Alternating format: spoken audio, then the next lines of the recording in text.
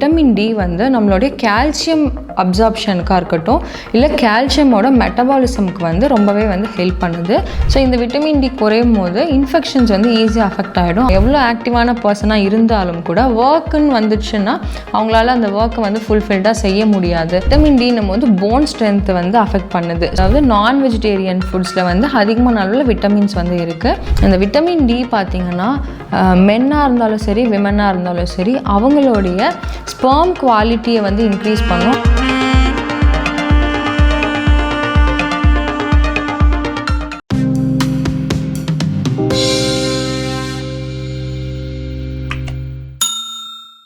Yoga media channel வியூவர்ஸ்க்கு வணக்கம். நான் doctor Jessica Joe, சித்த மருத்துவர்.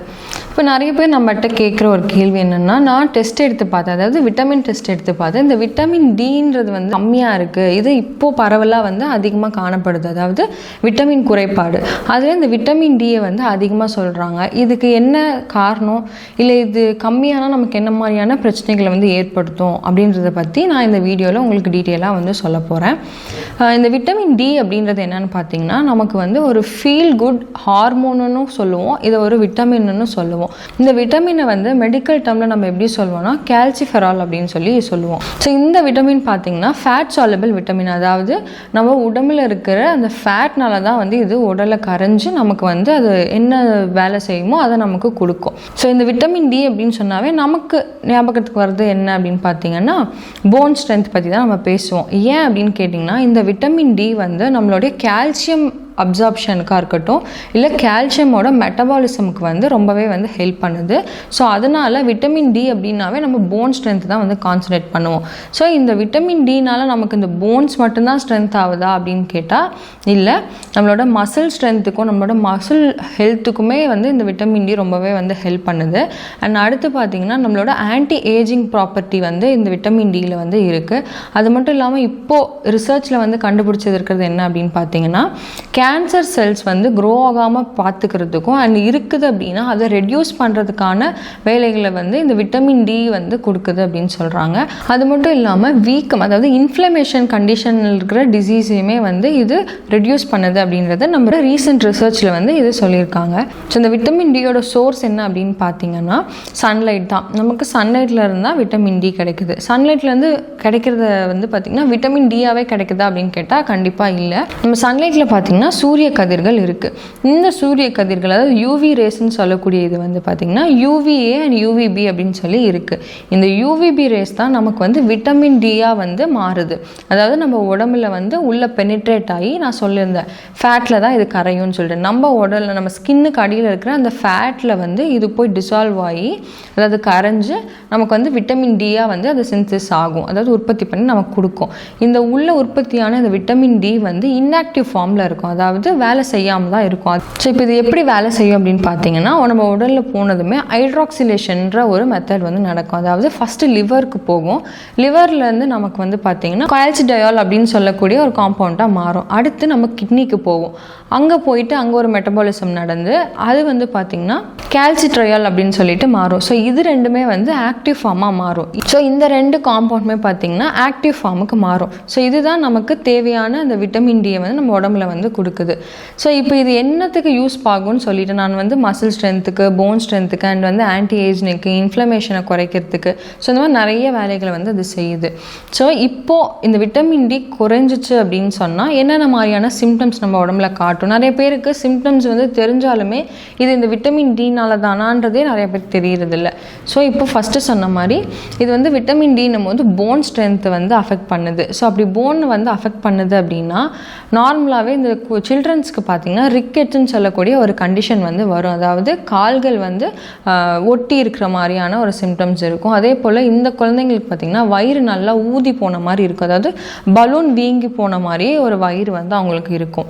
ஸோ இந்த கண்டிஷன் வந்து குழந்தைங்களுக்கு வரும். இதுவே வந்து அடல்ட்டாக இருக்காங்க அப்படின்னா அவங்களுக்கு எலும்புகள் வந்து தேய்மானமாகும். அதே போல் அரிப்பு வந்து ஏற்படும், அதாவது ஆஸ்டோமலேஷியா அப்படின்னு சொல்லுவோம், இல்லைன்னா ஆஸ்டியோபோரோசிஸ்ன்ற ஒரு கண்டிஷன் வந்து வரும். இவங்களுக்கு ஈஸியாக வந்து ஃப்ராக்சர்ஸ் வந்து வந்து நடக்கும். ரொம்ப வீக்காக வந்து இருப்பாங்க. போன்ஸ் எல்லாமே ரொம்ப வீக்காக வந்து இருக்கும். இந்த மாதிரி போன்ஸில் பார்த்திங்கன்னா இந்த மாதிரியான சிம்டம்ஸ் வந்து ஏற்படுத்தும். அடுத்து நான் மசில் சொல்லியிருந்தேன். இந்த இப்போ மசிலில் வந்து அஃபெக்ட் பண்ணுது அப்படின்னா இந்த கெண்டைக்கால் வந்து வலிக்குது, குறைக்கால் பிடிச்சி இழுக்குதுன்ற மாதிரி சொல்லுவாங்க. கிராம்ப்ஸ் வந்து அதிகமாக இருக்கும், சுளுக்கு பிடிச்ச மாதிரி இருக்குன்ற மாதிரியான சிம்டம்ஸ் வந்து இவங்களுக்கு இருக்கும். அண்ட் அடுத்து வந்து பார்த்திங்கன்னா குட் ஹார்மோன்னு சொல்ல ஃபீல் குட் ஹார்மோன்னு சொல்லியிருந்தேன் இல்லையா, அப்போது நம்மளுடைய மூட் ஸ்விங்ஸ்க்கு வந்து இது ரொம்பவே வந்து ஒரு ரோலை வந்து ப்ளே பண்ணுது. எப்படின்னு கேட்டிங்கன்னா டக்குன்னு டென்ஷன் ஆவாங்க, டக்குன்னு இரிட்டேட் ஆவாங்க, அண்ட் கோபம் வந்து அதிகமாக வரும். கேரக்டர்ஸ் சேஞ்ச் வந்து அதிகமாக இந்த விட்டமின் டி குறைபாடுனால இந்த மாதிரியான சிம்டம்ஸ் வந்து அதிகமாக இருக்கும். அண்ட் வந்து ரொம்ப டயர்டாக ஃபீல் பண்ணுவாங்க. எவ்வளோ ஆக்டிவான பர்சனாக இருந்தாலும் கூட ஒர்க்குன்னு வந்துச்சுன்னா அவங்களால அந்த ஒர்க்கை வந்து ஃபுல்ஃபில்டாக செய்ய முடியாது. ரொம்பவே வந்து சோர்ந்து ஒரு மாதிரி டயர்டாகவே வந்து ஃபீல் பண்ணுவாங்க. ஸோ இவங்களுக்கு பார்த்திங்கன்னா போன்ஸில் மசில் எல்லா இடத்துலையுமே பார்த்திங்கன்னா பெயின் வந்து ஃபீல் ஆகும். அண்ட் விசிபிளாக நம்ம பார்க்க முடியும் அப்படின்னு பார்த்திங்கன்னா வெயிட் கெயின் வந்து அதிகமாக இருக்கும், டார்க்னிங் வந்து அதிகமாக இருக்கும். இந்த கழுத்தை சுற்றி ஒரு மாதிரி டார்க்னிங் வந்து அதிகமாகும். இதனால் வந்து சில ஹார்மோன்ஸ் வந்து சேஞ்ச் ஆகும். ஸோ அதனால் தைராய்டு, பிசிஓடி இந்த மாதிரியான கண்டிஷன்ஸுமே வந்து காம்ப்ளிகேஷனாக வரத்துக்கு வாய்ப்பு இருக்குது. அண்ட் பிபி அதாவது பிளட் ப்ரெஷர் பார்த்திங்க அப்படின்னு சொன்னால் அதுவுமே வந்து ரொம்பவே அதிகமாக வந்து காட்டும். ஸோ இந்த மாதிரியான சிம்டம்ஸ் இருக்கும். அண்ட் ஈஸியாக வந்து அவங்களுக்கு இன்ஃபெக்ஷன் வந்து வந்துகிட்டே இருக்கும். இந்த விட்டமின் வந்து இம்யூனை வந்து அதிகமாக இம்ப்ரூவ் பண்ணுறதுக்கு ஹெல்ப் பண்ணுது. ஸோ இந்த விட்டமின் டி குறையும் போது இன்ஃபெக்ஷன்ஸ் வந்து ஈஸியாக அஃபெக்ட் ஆகிடும். அதில் பார்த்திங்கன்னா இந்த ரெஸ்பிரேட்டரி சம்மந்தமான அலர்ஜிஸ் வந்து அதிகமாகும். லைக் சைனோசைட்டிஸாக இருக்கட்டும், ஆஸ்துமா, வீசிங்கு இந்த மாதிரியான விஷயங்கள் வந்து அதிகமாக அவங்களுக்கு வந்து ஏற்படும். அண்ட் டைஜஷனில் பிரச்சனை வரும். அப்சார்ப்ஷன் வந்து கண்டிப்பாக பிரச்சனை வந்து பண்ணும். இது மால் அப்சார்ப்ஷன்னு சொல்லுவோம். ஸோ இந்த மாதிரியான ஒரு சில சிம்டம்ஸ் வந்து அவங்களுக்கு இருக்கும். சாப்பிட பிடிக்காது, சாப்பிட்டாலுமே டைஜஸ்ட் ஆகாத மாதிரி இந்த மாதிரியான சிம்டம்ஸ் வந்து இருக்கும். ஸோ இப்போது இந்த விட்டமின் டியை வந்து நம்ம எப்படி நம்ம உடம்புக்கு வந்து எடுத்துக்கலாம், எப்படி கன்சியூம் பண்ணிக்கலாம் அப்படின்னு பார்த்திங்கன்னா, நான் ஃபஸ்ட் சொல்லியிருந்தேன் நமக்கு ரொம்ப அதிகமான விட்டமின் டி எங்கே கிடைக்கும் அப்படின்னு பார்த்திங்கன்னா நம்மளுடைய சன்லைட்லேருந்து தான். இந்த சன்லைட்லேருந்து தான் நமக்கு அதிகமான அளவில் கிடைக்குது. ஸோ சன்லைட் தான் ஃபஸ்ட்டு சோர்ஸ். ஸோ அடுத்து பார்த்திங்கன்னா இந்த ஃபுட்டில் பார்த்திங்கன்னா ஒரு 20 to 30% ஆஃப் விட்டமின் டியோட கன்சம்ஷன் அவ்வளோதான் இருக்குது. ஸோ இதுலேயும் மெயினாக ஸ்பெசிஃபிக்காக சொல்லணும் அப்படின்னா அதாவது அனிமல் மீட்டில் இருக்கிறது, அதாவது நான் வெஜிடேரியன் ஃபுட்ஸில் வந்து அதிகமான அளவில் விட்டமின்ஸ் வந்து இருக்குது. அண்ட் வந்து பிளான்ட்ஸில் அண்ட் வெஜிடேரியன் ஃபுட்ஸில் பார்த்திங்கன்னா இதில் இருக்கிற விட்டமின்ஸ் பார்த்திங்கன்னா கொஞ்சம் குறைவான அளவில் தான் வந்து இருக்குது.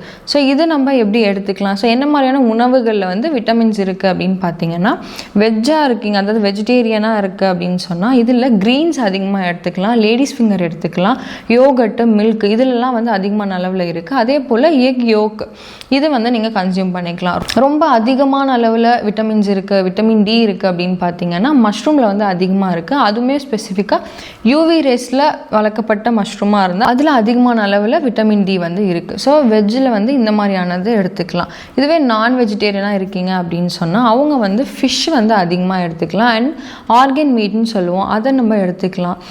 லிவர், ஸ்ப்ளீனு, கிட்னி இந்த மாதிரி தனித்தனியாக உருவாக எடுத்து சாப்பிடுவாங்க இல்லையா, அந்த மாதிரி எடுத்துக்கலாம். சிக்கனில், மட்டனில் எல்லாத்துலேயுமே வந்து அதிகமாக இருக்குது. ஏன் அப்படின்னு பார்த்தீங்கன்னா நான் முன்னாடி சொல்லியிருந்தேன் நமக்கு உள்ளே அப்சர்வ் ஆகணும், அந்த யூவிபி ரேஸ் உள்ளே போய் விட்டமின் டியை கன்வெர்ட் ஆகணும். ஆனால் இந்த அனிமல்ஸ் எல்லாம் என்ன பண்ணியிருப்பாங்கன்னா அவங்க நார்மலாகவே அதை வந்து கன்வெர்ட் பண்ணி வச்சுருப்பாங்க. ஸோ அதை நம்ம கன்சியூம் பண்ணும் போது நமக்கு ஈஸியாக வந்து இந்த விட்டமின் டி வந்து நம்ம பிளட்டில் அப்சர்ப்ஷன் நடக்கும். ஸோ இதெல்லாம் நம்ம வந்து செய்யக்கூடிய விஷயம். அண்ட் மூணாவது பார்த்திங்கன்னா சப்ளிமெண்ட்ஸு. இந்த சப்ளிமெண்ட்ஸ் வந்து டாக்டரை கன்சல்ட் பண்ணி எடுக்கிறது தான் கரெக்டு. ஸோ விட்டமின் டேப்லெட்ஸை பொறுத்த வரைக்கும் வீக்லி ஒன்ஸ் தான் நம்ம வந்து எடுத்துக்க சொல்லுவோம். ஒரு சிலர் வந்து மெடிக்கல் ஷாப்பில் அவங்களே போய் செக் பண்ணி பார்த்துட்டு விட்டமின் எனக்கு கம்மியாக இருக்குது நீங்கள் கொடுங்கன்னு வாங்கி சாப்பிட்டுக்கிறாங்க. அந்த மாதிரி பண்ணக்கூடாது. அப்படி நீங்கள் எடுத்துக்கிறீங்க அப்படின்னா உங்களுடைய டாக்டர் கன்சல்டேஷன் இல்லாமல் நீங்கள் கண்டிப்பாக விட்டமின் டேப்லெட்ஸை கன்சியூம் பண்ணக்கூடாது. இப்போ விட்டமின் டேப்லெட் கொடுக்கும்போது கால்சியம் டேப்லெட்டும் சேர்த்து தான் வந்து கொடுப்பாங்க. கால்சியம் டேப்லெட் அதை வந்து நம்ம ரெகுலராக எடுத்துக்கலாம். பட் விட்டமின்ஸ் எடுக்கிறீங்க அப்படின்னா கண்டிப்பாக நீங்கள் ஒரு கன்சல்டன்ட் வந்து பார்த்து எடுத்துக்கிறது நல்லது.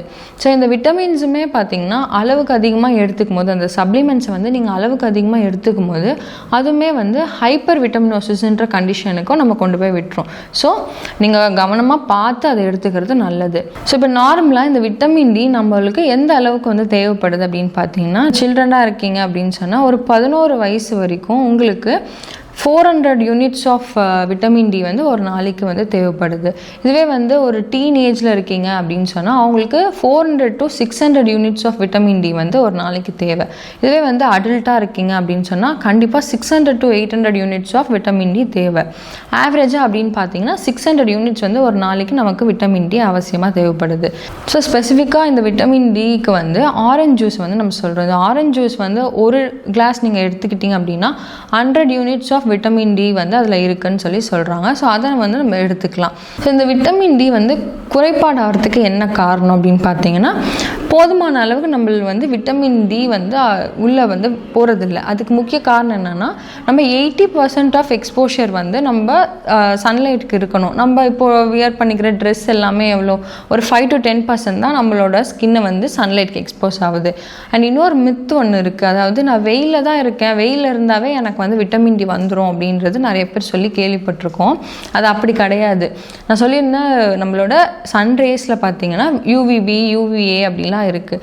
இந்த யூவிபி எப்போ இருக்கோ அப்போ தான் நமக்கு விட்டமின் டி சிந்தசிஸ் நடக்கும். ஸோ அந்த டைமில் நீங்கள் சன்லைட்டில் எக்ஸ்போஸ் ஆகுறீங்க அப்படின்னா அது வந்து நல்லது. ஸோ அந்த டைமிங் எப்படி அப்படின்னு பார்த்தீங்கன்னா இயர்லி மார்னிங்லேருந்து ஒரு 10 to 11 வரைக்கும் இந்த யூவிபி ரேஸ் வந்து இருக்கும். ஸோ அந்த டைமில் நீங்கள் சன்னுக்கு எக்ஸ்போஸ் ஆகிறதுனால உங்களுக்கு இந்த விட்டமின் டி வந்து கொஞ்சம் ப்ரொடியூஸ் ஆகும். ஸோ இது மாதிரியெல்லாம் நம்ம இல்லாததுனால தான் இந்த விட்டமின் டி டெஃபிஷியன்சி வருது. அண்ட் அடுத்து பார்த்தீங்கன்னா ஹைப்பர் பிக்மெண்டேஷன், அதாவது மெலனின் செக்ரீஷன் ஒரு ஸ்கின்னுக்கு, அதாவது டார்க்கர் ஸ்கின்னாக இருக்காங்க அப்படின்னா அவங்களுக்கு வந்து மெலனின் செக்ரேஷன் அதிகமாக இருக்கும். ஸோ அந்த பர்சனுக்கு பார்த்தீங்கன்னா விட்டமின் டி வந்து கொஞ்சம் குறைந்த அளவில் தான் காணப்படும். இன்னும் சிலர் பார்த்தீங்கன்னா இப்போது சன்லைட்டில் வெளியே போகிறோம் அப்படின்னும் போது சன்ஸ்க்ரீன் யூஸ் பண்ணுறாங்க. ஸோ அதனால் என்ன ஆகும், அந்த ஒரு லேயர் நம்ம ஃபார்ம் பண்ணிடுறோம். ஸோ சன்லைட் வந்து நம்மளால் உள்ளே வந்து பெனிட்ரேட் ஆகி போகாமல் ஸோ இதனாலேயே நமக்கு இந்த விட்டமின் டி டெஃபிஷியன்சி வந்து ஏற்படுது. அண்ட் இன்னொன்று பார்த்தீங்கன்னா நியூரலஜிக்கல் இஷ்யூஸ்னால ஏதாவது டேப்லெட்ஸ் எடுத்துகிட்டு இருக்காங்க, ஃபிட்ஸுக்கு வந்து மருந்து எடுத்துகிட்டு இருக்காங்க அப்படின்னா அவங்களுக்கு வந்து இந்த அப்சார்ப்ஷன், அதாவது விட்டமின் டியோட அப்சார்ப்ஷன் வந்து கொஞ்சம் லோவாக தான் இருக்கும். ஸோ இந்த மாதிரியானவங்களுக்கு விட்டமின் டி நார்மலாகவே உடம்புல வந்து கொஞ்சம் குறைந்த அளவில் தான் வந்து இருக்கும். ஸோ அடுத்து பார்த்தீங்கன்னா பொல்யூஷனான இடத்துல இருக்காங்க, இது மாதிரியெல்லாம் இருந்துச்சு அப்படின்னு சொன்னால் அதனாலுமே வந்து இந்த அப்சார்ப்ஷன் வந்து கொஞ்சம் கம்மியாக இருக்கும். ஸோ இந்த மாதிரியான காரணத்தினால நமக்கு விட்டமின் டி வந்து லேக் ஆகுது. அண்ட் ஃபுட்ஸு நம்ம அதிகமாக வந்து ஜங்க் ஃபுட்ஸ் தான் வந்து போகிறோம். ஸோ இதனாலையுமே கூட நமக்கு இந்த விட்டமின் டி வந்து குறைந்து தான் இருக்குது. ஸோ முடிஞ்ச அளவுக்கு நான் இப்போ இந்த விட்டமின் டி நமக்கு என்ன சோர்ஸ்ன்னு சொல்லியிருக்கேன். ஸோ முடிஞ்ச அளவுக்கு நம்ம இதை ஃபாலோ பண்ணோம் அப்படின்னா கண்டிப்பாக நமக்கு இந்த விட்டமின் டி இன்சஃபிஷியண்ட்டாக இருக்காது. அதாவது இப்போ என்ன சொல்கிறாங்கன்னா நம்ம பாப்புலேஷனில் 50% வந்து விட்டமின் டி இன்சஃபிஷியண்ட்டாக இருக்குது, அதாவது பற்றாக்குறையாக இருக்குது அப்படின்ட்டு சொல்கிறாங்க. ஸோ நம்ம இதை வந்து தவிர்க்கணும் அப்படின்னு சொன்னால் நான் என்ன சொல்லியிருந்தேன், நமக்கு சன்லைட் பட்டால் தான் நமக்கு வந்து அந்த அப்சர்ப்ஷன் நடக்கும். அட்லீஸ்ட் ஒரு டெய்லி மார்னிங் ஒரு ½ hour நீங்கள் வந்து சன்லைட்டுக்கு எக்ஸ்போஸ் ஆகிறீங்க அப்படின்னா கண்டிப்பாக இந்த விட்டமின் டி வந்து நல்லா வந்து அப்சர்வ் ஆகும். அண்ட் நிறைய பேர் கேட்குற கேள்வி, விட்டமின் டிக்கும் ப்ரெக்னென்சிக்கும் என்ன சம்மந்தம்? நிறைய பேர் வந்து ப்ரெக்னென்சிக்கு போகிறாங்கன்னும் போது அவங்க கேட்பாங்க விட்டமின்ஸ்லாம் செக் பண்ணிங்களா அப்படின்னு பார்ப்பாங்க, இல்லை விட்டமின் டியும் ஸ்பெசிஃபிக்காக சொல்லுவாங்க. இது ஏன்னு சொல்கிறேன்னா இந்த விட்டமின் டி பார்த்திங்கன்னா மென்னாக இருந்தாலும் சரி விமனாக இருந்தாலும் சரி அவங்களுடைய ஸ்பெர்ம் குவாலிட்டியை வந்து இன்க்ரீஸ் பண்ணும். அண்ட் அது மட்டும் இல்லாமல் இந்த மொபிலிட்டியை வந்து நல்லா இம்ப்ரூவ் பண்ணி கொடுக்கும். அண்ட் ஃபீமேலாக இருக்காங்க அப்படின்னு சொன்னால் அவங்களுக்கு இந்த கருமுட்டையோட வளர்ச்சிக்கு வந்து, அதாவது குவாலிட்டி ஆஃப் எக்குக்கு வந்து இது ரொம்ப இம்பார்ட்டண்ட்டான ரோல் ப்ளே பண்ணுது. ஸோ இதனால விட்டமின் டி வந்து செக் பண்ண சொல்கிறாங்க. அண்ட் ப்ரெக்னென்சிலையுமே என்ன காம்ப்ளிகேஷன் கொடுக்கும் அப்படின்னு பார்த்தீங்கன்னா ப்ரீடம் டெலிவரி, அதாவது 7-8 மாதத்துலேயே வந்து குழந்தை வந்து பிறந்துடும் அப்படின்ற கண்டிஷன்ஸ் வந்து ஏற்படும். அண்ட் ஏதாவது ஷீஷஸ் அந்த மாதிரி வரத்துக்கு வாய்ப்பு இருக்குது. ஸோ ப்ரெக்னென்சியில் மதருக்கு ஏதாவது காம்ப்ளிகேஷன் வர்றதுக்கான வாய்ப்புகள்லாம் அதிகம். அதனால தான் இந்த விட்டமின் டி வந்து எப்போவுமே நம்ம நார்மலில் வச்சுக்கணுன்றதை டாக்டர்ஸ் வந்து சொல்கிறது.